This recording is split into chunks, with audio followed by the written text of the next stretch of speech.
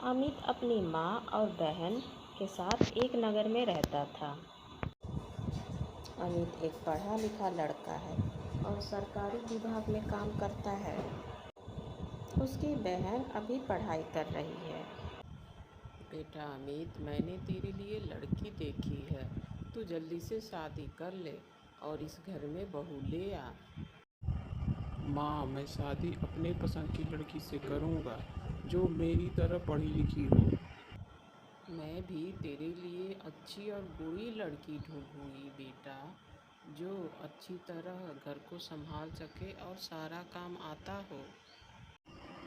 माँ, मैं किसी गंवार लड़की से शादी नहीं कर सकता।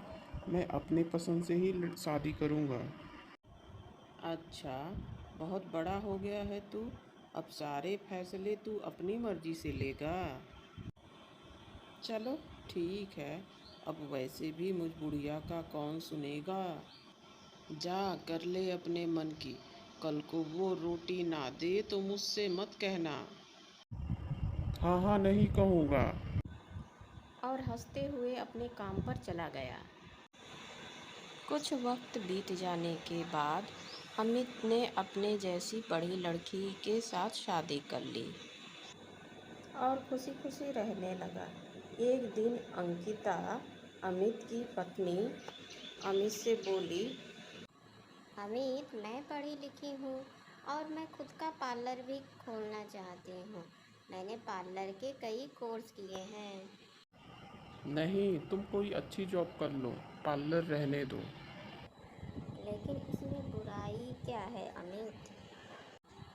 और खुद का पार्लर खोलना मेरा सपना है। तो अच्छा होगा कि तुम अपना सपना भूल जाओ। तुम्हें जॉब करनी है तो करो, नहीं तो घर पे बैठो। ऐसा मत बोलो, ये सपना मेरे लिए बहुत मायने रखता है। और तुम खुद भी देखो ना कि आजकल पार्लर की मांग कितनी बढ़ गई है। इससे हम अच्छा पैसा कमा सकते हैं। जो भी हो। वह इतना कहकर गुस्से में अपने काम पर चला जाता है। वहीं दूर खड़ी रीना दरवाजे के पास उनकी बातें सब सुन रही थी और सोचती है, अरे, पार्लर में क्या इतना पैसा है? मैं आज ही भाई से बात करूंगी कि मुझे एक पार्लर खुलवा दे।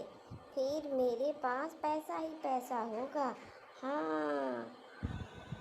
शाम में जब रमेश घर आता है तो रीमा पानी के गिलास देते हुए रमेश से कहती है, भाई, मुझे पार्लर खुलवा दो। अरे लेकिन तुमने तो कभी पार्लर सीखा ही नहीं है। आप हमेशा काम में व्यस्त रहते हो ना, इसीलिए आपको कभी पता ही नहीं चला। आप चाहो तो माँ से पूछ लो। क्यों माँ, क्या रीना सच कह रही है?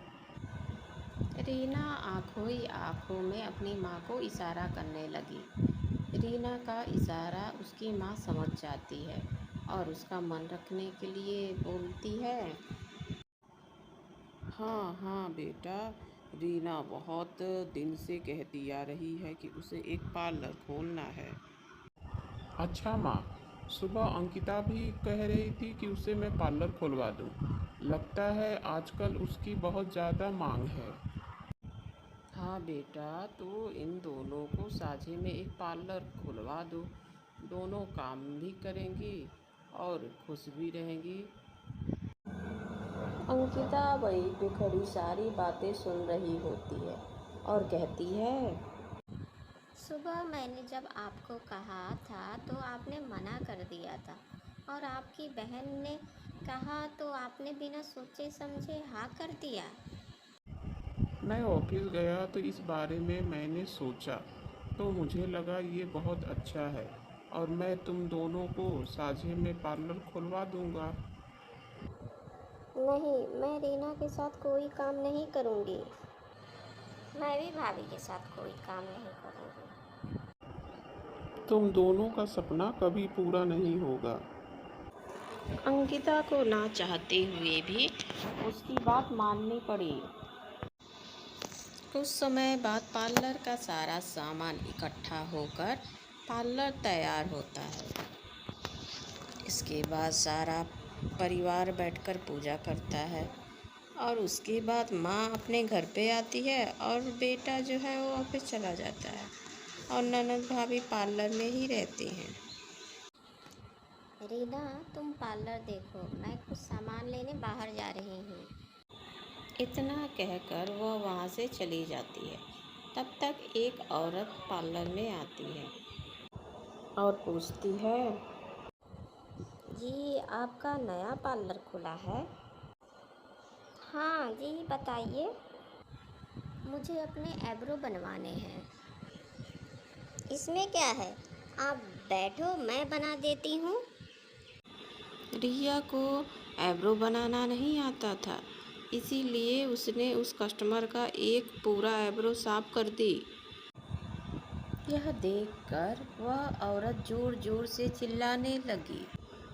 इतनी देर में अंकिता आ गई और उसने कहा, मैडम, मैं आपसे माफ़ी चाहती हूँ। अंकिता ने उस औरत से माफ़ी मांग ली। उसने उस औरत को कुछ ब्यूटी प्रोडक्ट दे दिए और फिर वो वहाँ से चली गई। मैंने तुमसे कहा था तुम्हें पार्लर नहीं आता है, लेकिन तुमने अपने भैया और माँ जी को झूठ बोला। आज पार्लर का पहला दिन है, इसीलिए मैं थोड़ा घबरा गई थी, नहीं तो मुझे पार्लर चलाना आता है। ठीक है भाभी, आप अपना काम देखिए। इतना कहकर वह अपना फ़ोन चलाने लगी और कुछ दिन ऐसा ही चलता रहा और अंकिता ने बहुत अच्छी तरह पार्लर संभाला और इसी तरह धीरे धीरे अंकिता का पार्लर का नाम होने लगा। सभी कस्टमर अंकिता से बहुत खुश थे। अंकिता दिन रात मेहनत करती और उसकी ननद पार्लर में फालतू बैठी मोबाइल चलाती रहती।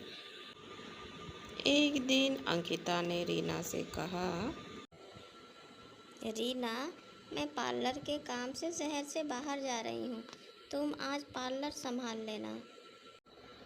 अगर कोई कस्टमर आ जाए तो उनको बोलना मैं शाम में मिलूँगी, वो शाम में आ जाए। ठीक है भाभी। और ध्यान रखना, तुम किसी भी कस्टमर का कोई भी काम मत करना। आप मुझे ये ना ही बताए तो अच्छा होगा। अंकिता गुस्से में चली जाती है।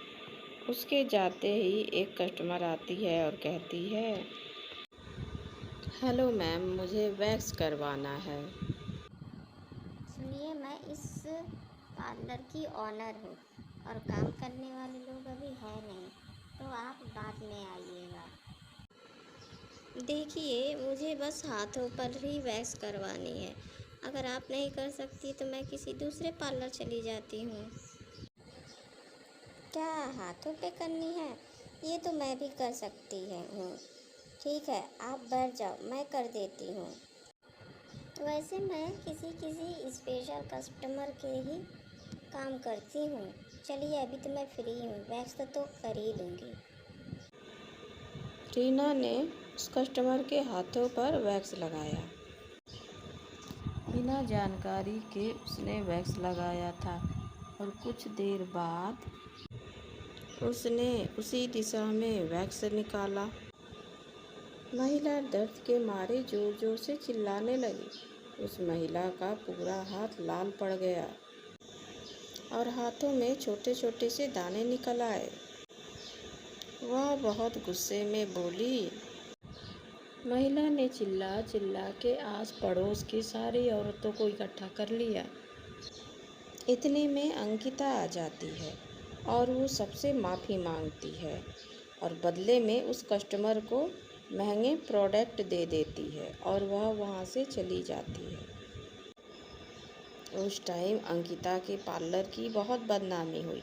अंकिता ने पार्लर में ताला लगाकर और गुस्से में रीना का हाथ पकड़कर घर ले आई और अमित से बोली, ये लीजिए पार्लर का चाबी। अब मैं पार्लर नहीं चलाऊंगी। आपकी बहन ने मेरे पार्लर का नाम मिट्टी में मिला दिया है। या तो पार्लर में आपकी बहन रहेगी या मैं। अमित ने जब पूछा तो अंकिता ने सब बात माँ को और अमित को बताई। अमित ने हैरानी से पूछा, क्या तुम्हारी भाभी सच कह रही हैं?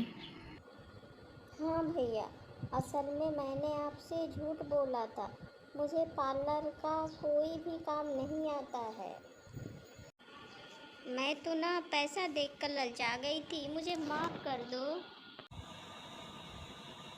अमित ने अपनी माँ से कहा। माँ, रीना के साथ आप भी मिलकर झूठ बोली थी उससे कि इसे पार्लर का सब कुछ आता है। उसकी माँ ने उसे सब सच बता दिया। रमेश ने बहुत बुरा भला कहा और अपने पत्नी को ही बस बोला कि तुम ही पार्लर चलाओ। लेकिन उसकी पत्नी बहुत अच्छी थी और उसने बोला कि मैं रीना को पार्लर चलाना सिखा दूंगी, पार्लर का सब कुछ सिखा दूंगी और पार्लर हम दोनों ननद भाभी ही चलाएंगे। दोनों हंसी खुशी मिलजुल कर पार्लर चलाएं और बहुत ही पैसा कमाएं और नाम भी। तो दोस्तों, आज की कहानी आप लोगों को कैसी लगी ज़रूर बताइए कमेंट में। फिर मिलती हूँ नेक्स्ट वीडियो में, तब तक के लिए बाय।